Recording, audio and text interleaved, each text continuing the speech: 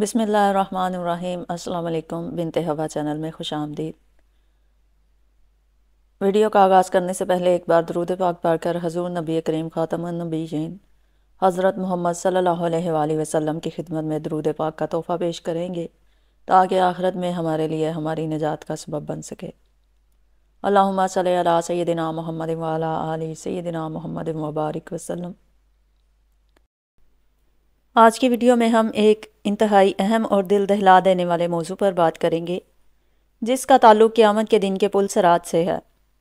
آپ صلی اللہ علیہ وآلہ وسلم نے اس پل کی حقیقت کو بیان کیا ہے جس پر ہم اپنے اعمال کے مطابق گزریں گے۔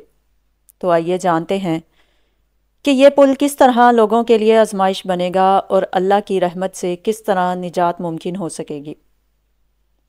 نبی کریم صلی اللہ علیہ وآلہ وسلم نے فرمایا، پل صراط جہنم کے بیچوں بیچ رکھا جائے گا اور میں اپنی امت کے ساتھ اس سے گزرنے والا سب سے پہلا رسول ہوں گا۔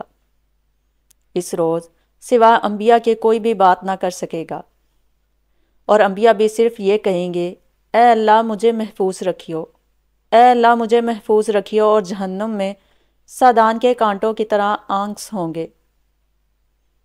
سادان کے کانٹے تو تم نے دیکھے ہوں گے، صحابہ رضی اللہ تعالیٰ عنہم نے عرض کہا ہاں۔ آپ نے فرمایا تو وہ سادان کے کانٹوں کی طرح ہوں گے، البتہ ان کے طول و عرض کو سوا اللہ تعالیٰ کے اور کوئی نہیں جانتا۔ یہ آنکس لوگوں کو ان کے اعمال کے مطابق کھینچ لیں گے۔ بہت سے لوگ اپنے اعمال کی وجہ سے ہلاک ہوں گے، بہت سے ٹکڑے ٹکڑے ہو جائیں گے، پھر ان کی نجات ہوگی۔ جہنمیوں میں سے اللہ تعالیٰ جس پر رحم فرمانا چاہے گا تو ملائکہ کو حکم دے گا کہ جو خالص اللہ تعالیٰ کی عبادت کرتے تھے انہیں باہر نکال لو، چنانچہ ان کو وہ باہر نکال لیں گے۔ آخر میں یہ یاد رکھیں کہ اللہ کی رحمت بے حد وسیع ہے اور وہ جس پر چاہے گا رحم کرے گا۔ ہمیں اپنے اعمال کی اصلاح کرنی چاہیے اور اللہ سے مغفرت کی دعا کرنی چاہیے۔ اللہ ہمیں اپنی ہدایت اور نجات دے، آمین۔